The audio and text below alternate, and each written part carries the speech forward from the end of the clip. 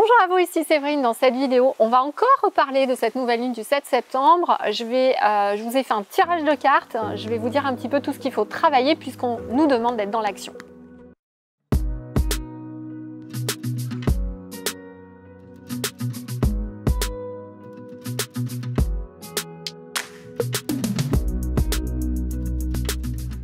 Bonjour à vous, ici Séverine, je suis naturopathe, magnétiseur et coach sur Toulouse et de plus en plus médium, on va dire, ou télépathe, voilà. Je vous ai encore capté des messages tirés des cartes pour cette nouvelle lune du 7 septembre. Vraiment, il se passe plein de choses, on nous demande d'être dans l'action. Donc je voulais vous aider justement pour vous donner des pistes sur ce que vous pouviez faire grâce à un tirage de cartes. Voilà, on va voir ensemble. Je vous invite à vous abonner si ce n'est pas encore fait, appuyer sur la cloche et puis à transmettre cette vidéo à vos amis. La première carte que j'ai tirée, c'est celle-ci, c'est le 3 d'eau. Et encore une fois, ça rejoint un petit peu les vidéos que j'ai faites la semaine dernière. On nous demande vraiment d'être dans la joie. Donc la carte, c'est l'heure est à la fête. Des annonces, des fêtes, des réunions sont à prévoir. On nous demande vraiment de nous réunir. Vous pouvez même obtenir des diplômes ou des nouvelles choses, des promotions qui peuvent se profiler. Et surtout, le message, c'est on vous demande de vous amuser davantage. On vous dit que vous travaillez trop et que il est important que vous appreniez à vous détendre. Et donc, on vous propose d'organiser une fête ou une réunion pour vous détendre avec vos amis, mais aussi que vous compreniez que plus vous allez vous détendre, moins vous stresser et laisser faire la loi d'attraction, des choses vont pouvoir se mettre en place. Souvent, quand on travaille trop, on veut provoquer les choses et on met ce qu'on appelle des murs autour des opportunités que nous envoie l'univers. Donc vraiment, pensez à bien faire la part des choses entre les deux. Lorsque vous allez vous détendre, vous allez laisser faire les opportunités, laisser l'univers aussi travailler pour vous juste en fonction de vos pensées. Il suffit de remercier encore une fois tous les soirs sur ce que vous avez déjà et si vous souhaitez quelque chose de faire comme si vous l'aviez déjà. Et cette pensée va travailler dans l'univers, la loi d'attraction va se mettre en action, mais encore une fois, il faut vraiment faire comme si c'était déjà fait et vous mettre dans la joie. Donc plus vous allez rester dans la joie, plus vous allez obtenir ce que vous voulez avec la loi d'attraction. Donc vraiment, c'est le maître mot de ce message pour cette nouvelle lune. Je vous invite vraiment à y penser. Pour vous aider un petit peu plus, pour savoir comment travailler avec cette nouvelle lune, j'ai fait un autre tirage de cartes et je vais vous faire part un petit peu de ce qui ressort. Donc, on a une première carte qui est vraiment dans la même lignée. Comment retrouver votre joie de vivre et pour cela, comment aussi mieux communiquer avec les autres et notamment communiquer vos besoins. Dans cette carte, on vous demande de vous libérer du conflit entre votre ego et votre cœur, de votre impuissance et votre tendance à la critique, bon, c'est un petit peu ce que je disais déjà la semaine dernière dans la vidéo de la nouvelle lune, de vos limitations, de vos blocages par manque de confiance dans vos capacités. Donc effectivement, encore une fois, c'est vraiment un travail important à faire. D'ailleurs, je vous invite à nous rejoindre pour le coaching de groupe parce qu'on va travailler tout ça bien sûr. Et vraiment, c'est un moment où l'univers va vous aider à avoir davantage de courage pour prendre des risques et résoudre peut-être des conflits que vous avez avec vos proches ou dans votre entourage et aussi de suivre davantage votre cœur. Voilà. Donc, ce que vous pouvez faire peut-être, c'est de temps en temps, prenez une heure pour vous et notez-vous ce que vous avez pu critiquer ou les pensées négatives que vous avez eues envers vous-même et puis vraiment faites-le par écrit pour que ça s'ancre dans votre mental et puis retournez les phrases en positif. Voilà, donc ça c'est la première chose. La deuxième chose qui ressort, c'est vraiment reconnaître les nœuds émotionnels qui vous étouffent. Donc ça veut dire vraiment arriver à prendre conscience du fonctionnement émotionnel de votre corps. Donc prendre conscience qu'à chaque petite pensée négative, qu'à chaque doute, à chaque colère, etc., vous créez en fait un égrégore négatif, une pensée négative, de l'énergie négative qui vient polluer votre corps et qui vous déconnecte en partie de la source. En fait, c'est comme ça fonctionne. C'est pour ça qu'on vous dit souvent, quand les gens se sentent pas bien et disent « voilà, je suis pas bien parce qu'il se passe ça autour de moi », oui, soit il y a un contexte et des choses pas sympas qui se passent autour de vous, mais le fait que l'on interprète cette chose vraiment que en négatif sans voir le côté éventuellement positif que ça peut faire, c'est-à-dire vous faire grandir, vous sortir d'une dépendance, etc.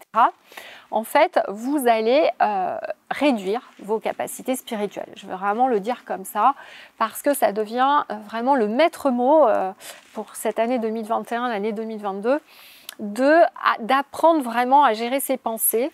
Et en fait, la première hygiène qu'on devrait avoir, avant même de se laver en quelque sorte, c'est l'hygiène de nos pensées, tout simplement. Et c'est vraiment quelque chose dans lequel l'univers nous demande de rentrer. Et dans ce besoin, enfin dans cette invitation que nous fait l'univers, il y a quelque chose de l'ordre de la culpabilité qui éventuellement peut être lié à votre sexualité. Ça, c'est un autre message que j'ai eu. Donc, on vous invite aussi à regarder en vous. En quoi vous êtes coupable? Est-ce qu'à un moment donné, vous vous êtes reproché quelque chose? Est-ce que cette culpabilité a un lien plus ou moins direct avec votre sexualité ou avec quelque chose qui s'est passé quand vous étiez jeune ou adulte, d'ailleurs, peu importe. Il y a vraiment un lien là qui est important et qui peut vraiment vous faire passer un gros cap. Donc on vous invite à tomber cette culpabilité, à vous dire qu'il y a beaucoup trop de carcans autour de ça, qu'on est dans une société qui culpabilise, on voit bien ce qui est en train de se passer en ce moment. Donc à vous de voir, dites-vous que vous serez très sensible à toutes ces influences autour de vous, de culpabilité, de jugement, si vous-même, vous culpabilisez par rapport à quelque chose. Donc on vous invite, encore une fois, je vous invite à noter, à regarder les choses que vous avez faites avec lesquelles vous n'êtes pas à l'aise ou vous vous sentez coupable. Et imaginez juste, vous savez que on est en train de faire un saut quantique et que donc les dimensions sont en train de se chevaucher. On peut tout à fait changer le futur, le présent et le passé. Donc je vous invite juste, exercice très simple, à réimaginer votre passé ou ce moment de culpabilité. Et bien changez-le, tout simplement. Déjà acceptez-le, remerciez-le, parce que quelque part il vous a fait grandir et tout ce qui arrive dans votre vie est toujours parfait. Mais pour le dépasser, si vous devez visualiser autre chose, vous pouvez visualiser autre chose. Mais tout en acceptant, attention, je ne suis pas en train de dire qu'il faut supprimer complètement la chose parce que c'est important de l'accepter. Mais si c'est nécessaire pour vous de visualiser autre chose pour vous aider à ne plus culpabiliser, dans ce cas, faites-le. Voilà, qu'est-ce qu'il y a d'autre? Il y a aussi, ah oui, alors toujours ça tourne autour de ça aussi, sexualité et amour, avoir peur de perdre par exemple la personne qu'on aime, son conjoint ou autre, voilà, ou une personne proche. Même chose, on vous invite à vous dire que toutes les personnes proches et que vous aimez, vous n'en êtes jamais connectés, que vous êtes dans cette vie... Là, vous faites un chemin avec elle, mais que quoi qu'il arrive, vous ne serez jamais déconnecté d'elle et que vous allez la retrouver dans plein d'univers, dans plein de dimensions. Et on vous demande aussi de lâcher ça. Je sais que c'est pas facile. Voilà, je pense qu'on a tous eu récemment des décès dans notre famille. Nous, ça a été notre cas également. Voilà, avec une grand-mère qui est décédée. Et donc, c'est pas facile. Et en même temps, l'univers nous dit...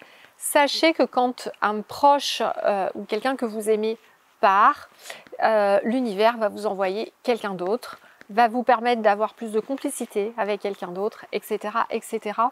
Donc de vous dire que c'est juste un grand... l'univers essaie de mettre en scène, oui c'est ça, en scène, les meilleurs rôles pour vous à un moment donné. Et je vous invite à juste penser que si à un moment donné une personne part, c'est qu'elle a fini sa mission de vie. C'est pas pour vous abandonner, c'est qu'elle a fini ce qu'elle devait faire sur cette terre avec vous et avec les autres, et que elle choisit de partir pour laisser place à une autre âme qui va vous aider, et que tout ça est parfait. Encore une fois, même si je sais que c'est pas simple, bon, nous l'avons vécu il y a pas très longtemps, il y a 2 mois, donc voilà. Mais en tout cas, c'est ce que j'ai dit d'ailleurs à mon mari en lui disant que c'était peut-être que cette personne avait fini de faire ce qu'elle avait à faire et que peut-être quelqu'un d'autre allait rentrer dans sa vie et avec qui il aurait peut-être une complicité et que ça allait lui permettre de grandir. Voilà, tout simplement. Donc ça, c'est l'autre chose. La dernière carte que j'avais tirée, c'est la libération des émotions liées à la colère. Donc c'est un peu en lien avec la culpabilité, mais bon, là on est un petit peu plus sur la colère. On nous demande à nouveau de travailler sur la colère. Donc pareil, je vous invite à observer peut-être les moments où vous êtes en colère, où il y a encore voilà, une tension qui arrive, peut-être les événements, les situations, et de voir comment vous pouvez vous libérer de cette tension, comment essayez aussi d'identifier quand vous avez une angoisse ou une peur qui monte. En général, il y a une colère derrière, d'accord ? Peur, angoisse, vous devez avoir une colère derrière, mais cette colère, normalement, doit vous faire penser à un moment de votre vie où il y a eu quelque chose qui ne vous a pas convenu. Donc, je vous invite à y réfléchir et encore une fois, à accepter. Vous avez le droit d'être en colère, à un moment donné, il n'y a pas de souci. Par contre, l'univers vous invite à le gérer rapidement, à ne pas diffuser cette colère dans l'univers, à essayer d'être en paix avec vous-même et à renvoyer de l'amour derrière. Ça, c'est très très important pour qu'on puisse construire une nouvelle terre dans laquelle justement il y ait moins de colère et d'amour. Voilà.